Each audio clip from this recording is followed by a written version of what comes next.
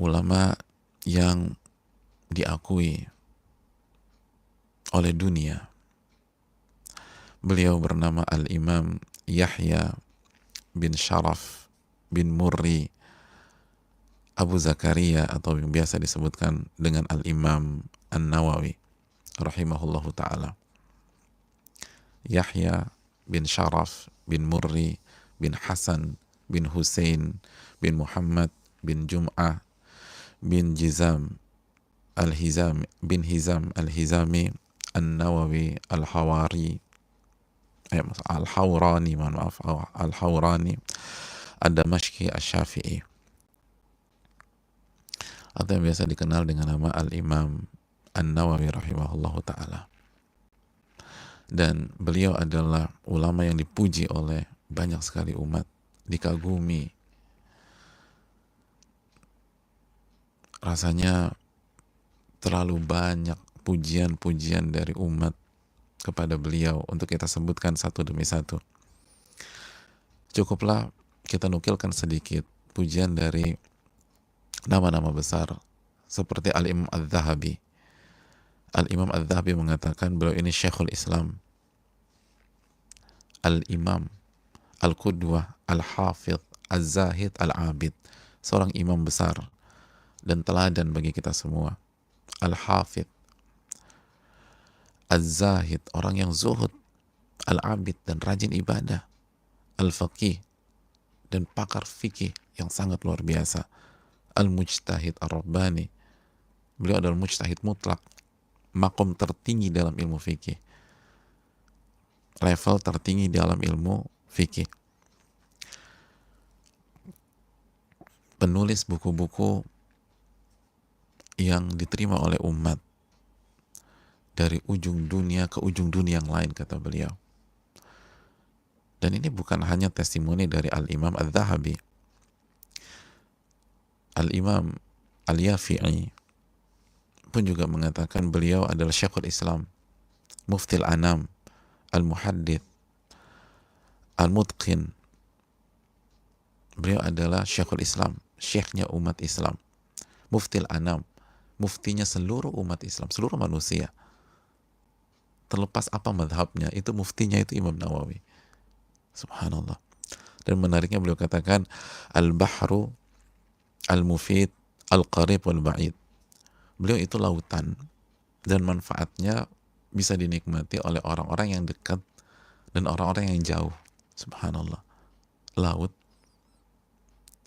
tapi manfaatnya bisa dinikmati oleh orang-orang yang dekat dan orang-orang yang jauh. Laut seperti apa itu? Laut biasanya dinikmati oleh orang-orang yang dekat, anak-anak pantai itu menikmati laut tersebut.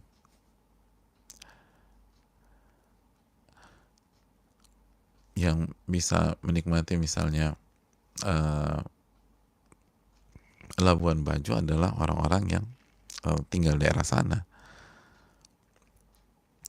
Yang bisa menikmati Raja Ampat adalah orang-orang yang tinggal di sana atau yang pernah ke sana. Tapi Al-Imam Nawawi itu bahar laut dan manfaatnya yang dekat sama yang jauh, dan terbukti. Ucapan Al-Imam Al-Yafi'i bukan basa-basi, bukan hiperbola. Sampai hari ini, sampai tahun 1441 Hijriah kita menikmati beliau. Padahal beliau hidup di abad ke-7. Beliau lahir di tahun 631 dan meninggal di 676 Hijriah. Bayangkan, tahun 600-an, sekarang tahun 1400-an. Dan kita menikmati ilmu beliau, keindahan akhlak beliau, amalan hati beliau, dan seterusnya.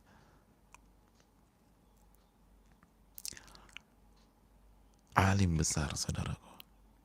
Ulama yang berasal dari mazhab Syafi'i, salah satu fuqaha Syafi'iyah.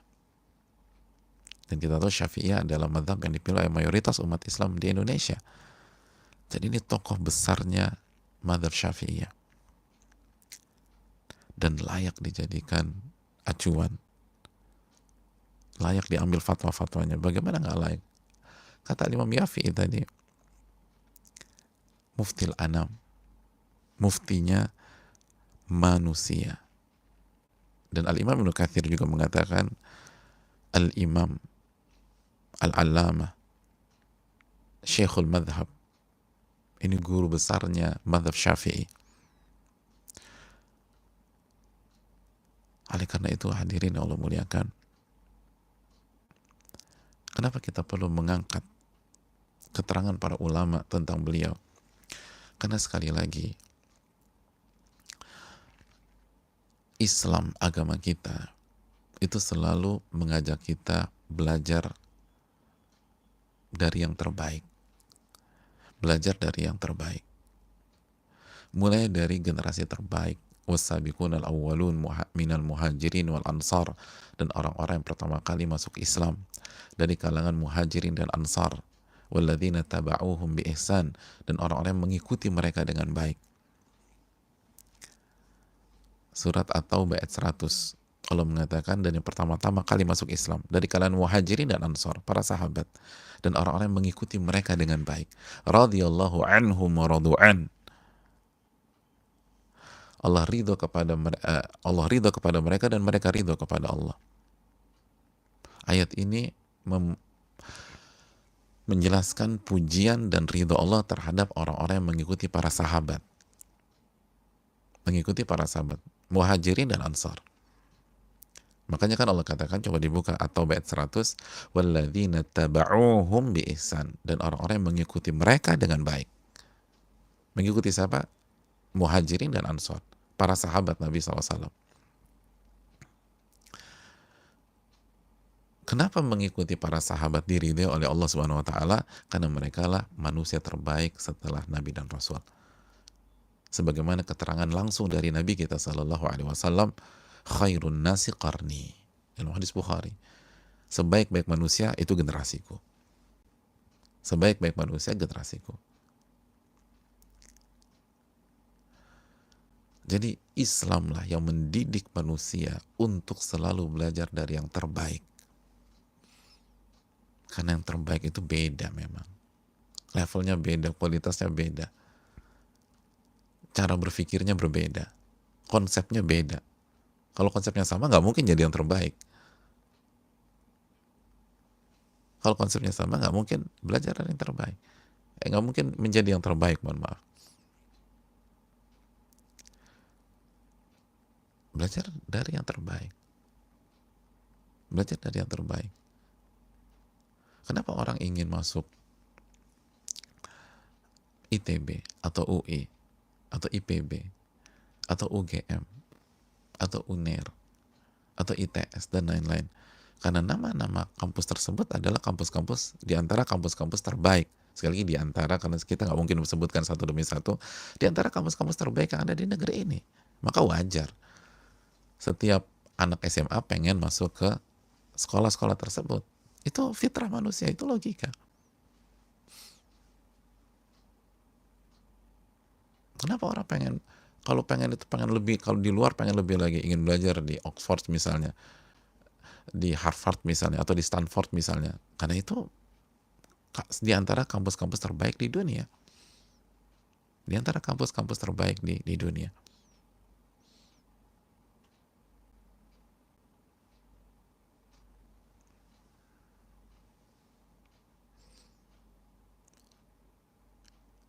Kenapa orang yang anak-anak muda yang pengen bangun bisnis startup dan lain-lain atau teknologi pengen sekali pergi ke Silicon Valley?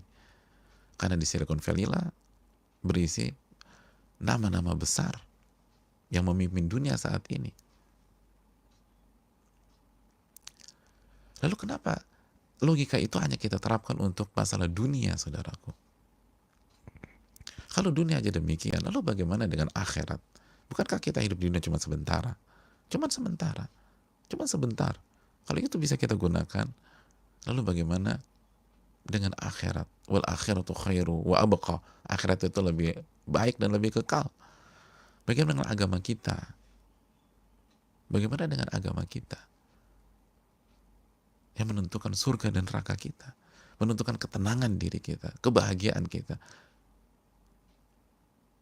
Stres atau enggak kita dalam menapaki hari-hari ini. Maka belajarlah dari yang terbaik. Dan yang terbaik adalah para sahabat Nabi SAW. Lalu setelah para sahabat adalah ulama-ulama yang datang di era berikutnya yang mengikuti mereka. Dan di antara ulama-ulama terbaik yang mengikuti jalannya para sahabat adalah Al-Imam An-Nawawi, sebagaimana dijelaskan muridnya sendiri, Al-Imam Ibnul Attar. Imam Nawawi itu komit mengikuti generasi terbaik. Dan ketika Al-Imam Nawawi komit mengikuti generasi terbaik, pasti tertuang di dalam karya-karyanya. Konsep itu, ilmu tersebut, itu pasti tertuang dan sangat kaya terdapat di dalam karya-karyanya. Terdapat dalam karya-karyanya. Dan di antara karya emasnya adalah Riyadhus Shalihin.